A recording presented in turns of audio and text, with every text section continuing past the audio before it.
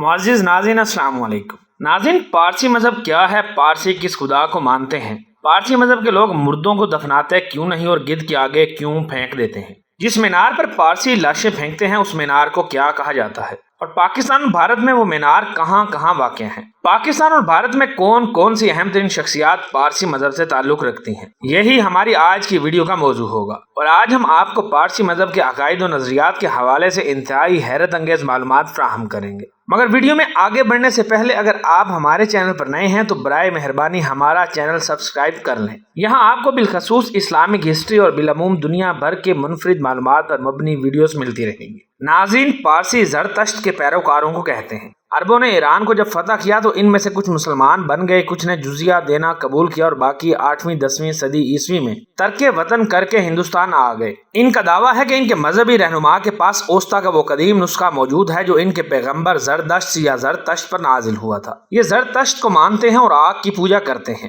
پارسی اپنے مردوں کو جلانے یا دفنانے کی بجائے ایک کھلی عمارت میں رکھ دیتے ہیں تاکہ ان کو گدھ وغیرہ کھا جائیں۔ اس خاص عمارت کو دخمہ یا مینار خاموشی کہا جاتا ہے۔ دخمہ ایسے شہروں میں تعمیر کیا جاتا ہے جہاں پارسیوں کی تعداد زیادہ ہو، مثلا بمبئی، کراچی اور دیگر شہروں میں دخمہ موجود ہے۔ ان کے قبرستان بھی ہوتے ہیں جن میں مردوں کو بامرے مجبوری دفن کیا جاتا ہے۔ ناظرین، جسمانی طہارت اور کھلی فضا میں رہائش پارسیوں کے مذہبی فرائض میں داخل ہے۔ پاکیزگی کی مقدس علامت کے طور پر ان کے معبد اور مکانات میں ہر وقت آگ روشن رہتی ہے، چاہے وہ چراغ ہی کیوں نہ ہو۔ ہندو سناتن دھرم اور یہودیوں کی طرح پارسی مذہب بھی غیر تبلیغی ہے، یعنی یہ اپنے مذہب کی تبلیغ نہیں کرتے۔ یہ لوگ نہ تو دوسرے مذاہب کے لوگوں کو اپنے مذہب میں داخل کرتے ہیں اور نہ ہی ان کے ہاں شادی کرتے ہیں۔ دنیا میں پارسیوں کی کل تعداد تقریباً 50 لاکھ ہے، اور اس میں بھی ان لوگوں میں شادی کے رجحان کے کم ہونے سے مزید کمی واقع ہو رہی ہے۔ ناظرین، پارسی مذہب کا بانی زرتشت موجودہ شمالی ایران میں 628 قبل مسیح میں پیدا ہوا تھا اور 551 قبل مسیح دنیا سے چلا گیا۔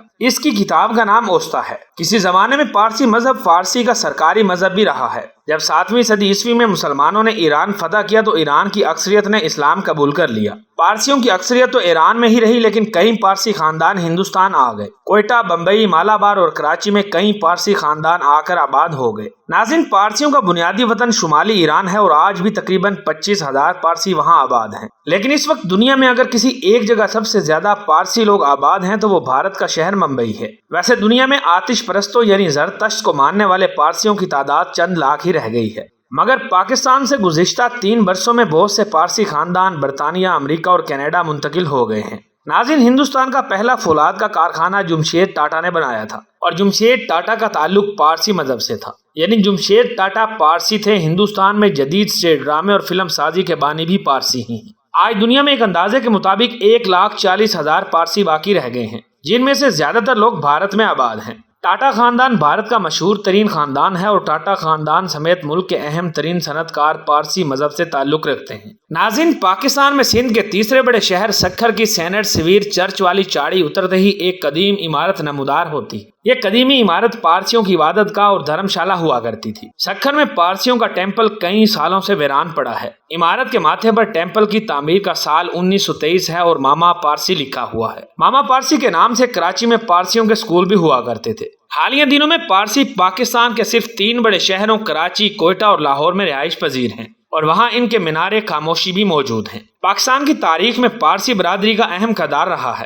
پارسی کمیونٹی نے پاکستان کی تعمیر و ترقی میں باوجود بہت کم ہونے کے اہم ترین کردار ادا کیا ہے۔ ایک پارسی شخصیت ہی نے قائد اعظم کو سیاست کے میدان میں متعارف کروایا تھا۔ پھر قائد اعظم محمد علی جناح نے ایک پارسی خاتون کو مسلمان کر کے شادی کی تھی۔ ناظرین، پاکستان اور بھارت میں ماضی قریب میں یعنی 15 سال قبل تک پارسیوں کی پارلیمنٹ میں نمائندگی رہی ہے، لیکن پاکستان میں اب ان کی تعداد 1800 تک رہ گئی ہے۔ اس لیے خدشہ یہ ہے کہ آئندہ الیکشن میں شاید ان کو ہندوؤں، بدھ مت کے پیروکاروں، سکھوں اور مسیحوں کے مقابلے میں اقلیت کی بنیاد پر کوئی نشست نہ ملے۔ جہاں تک قومی و صوبائی اسمبلیوں اور سینٹ میں کسی اقلیتی نمائندے کی شرکت کا تعلق ہے تو اس حوالے سے بھی پارسی برادری کا کردار ہمیشہ مثبت رہا ہے۔ ہمارے ہاں خود اقلیت کے لوگ یعنی مسیحی، سکھ، ہندو، بدھ مت کے ماننے والے بھی عموماً پارسی شخصیت پر اتفاق کر لیتے ہیں، اور اس کی بنیادی وجہ یہ ہے کہ پارسی مجموعی طور پر تعداد میں کم ہیں، پھر ان کی اقتصادی اور تعلیمی حالت بہت معیاری ہے۔ ناظرین، پاکستان کی معروف پارسی شخصیت کا نام ادشیر کاؤس جی تھا۔ 13 اپریل 1926 کو کراچی میں پیدا ہوئے۔ انہوں نے 1988 سے 2011 تک مستقل ڈان اخبار کے ہفتہ وار کالم لکھنے کے فرائض انجام دیے۔